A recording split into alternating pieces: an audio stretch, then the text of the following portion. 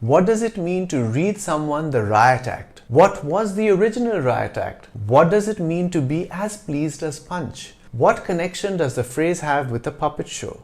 All this and more coming up. Do watch, but first, please subscribe to The English Nut on Facebook, Instagram, and YouTube. Thank you.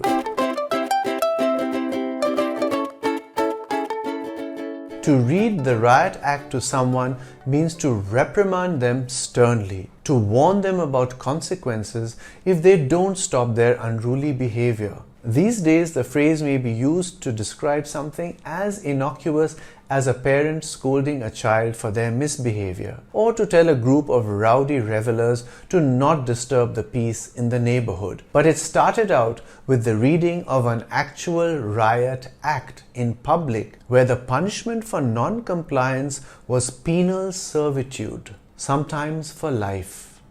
Penal servitude means imprisonment with hard labor. The full title of the act was An Act for Preventing Tumults and Riotous Assemblies and for the More Speedy and Effectual Punishing the Rioters. This act was passed by the British Parliament in 1714 and came into effect in 1715. That was a time of unrest in Britain. The Hanoverian King George I had ascended the throne, and the Jacobites, those who supported the deposed Stuart dynasty, were opposed to King George. There was a threat of invasion by the supporters of the Stuarts, and one actually took place that very year. The Riot Act was intended to nip any uprisings in the bud. It did so by declaring it a felony if a group of a dozen or more people did not disperse within an hour of an official reading a certain part of the act aloud to them. The following are the exact words that were read out. Our sovereign lord the king chargeth and commandeth all persons being assembled immediately to disperse themselves and peaceably to depart to their habitations or to their lawful business upon the pains contained in the act made in the first year of King George for preventing tumults and riotous assemblies. God save the king. Chargeth and commandeth are the third person singular simple present indicative forms of charge and command. These forms are archaic and no longer used. The 18th and 19th centuries were turbulent times in Britain, and public events often turned into scenes of rioting. So violent were the mobs that it would have taken a magistrate courage to stand before them and read the Riot Act, as this would antagonize the mobs further. The last time a reading of the Riot Act was attempted was in 1919 at the Battle of George Square in Glasgow, Scotland. Protesters who were fighting for shorter working hours snatched from the hands of the official the sheet of paper from which he was reading the act.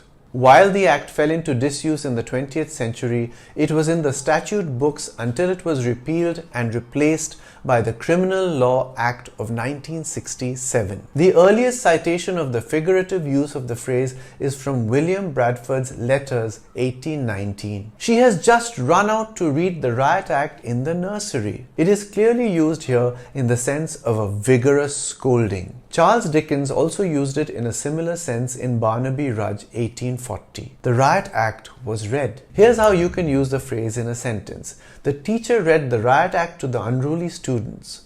His father read him the Riot Act and forbade him from playing computer games. The coach read the Riot Act to the undisciplined players. An angry Obama read the Riot Act to the Chinese president. As pleased as Punch means very pleased or delighted. The phrase derives from a rather disturbing puppet show called the Punch and Judy Show. Punch is an evil character who delights in killing. Each time he kills someone, he says with pride and pleasure, "That's the way to do it." This show was popular in England in the 17th and 18th centuries and is still seen there once in a while. The character Punch derives from the puppet called Pulcinella in 16th century Italian Commedia dell'arte, a variation of Pulcinella's name is Punchinello, and Punch is a shortened form of the latter. Another form of the phrase, no longer in use, is as proud as Punch. Charles Dickens used this version in David Copperfield, 1850. I am as proud as Punch to think that I once had the honor of being connected with your family.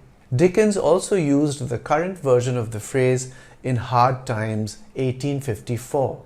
When Sissy got into the school, her father was pleased as Punch. The earliest citation of the current form of the phrase is from William Gifford's 1797 satires, The Bayviad and Mayviad. Oh, how my fingers itch to pull thy nose! As pleased as Punch, I'd hold it in my gripe. Here's how you can use the phrase in a sentence. Veena was as pleased as Punch when they told her she was getting the award. The boy's mother was as pleased as Punch when he gave her a gift on her birthday. I was as pleased as Punch when they served me chocolate ice cream for dessert. Punch is capitalized in the phrase because it's a proper noun. However, with the passage of time, it's also become acceptable to use a lowercase p for Punch. Do come up with sentences using Read the Riot Act and As Pleased as Punch. Write them in the comments section. I'm the English Nut. Bye for now.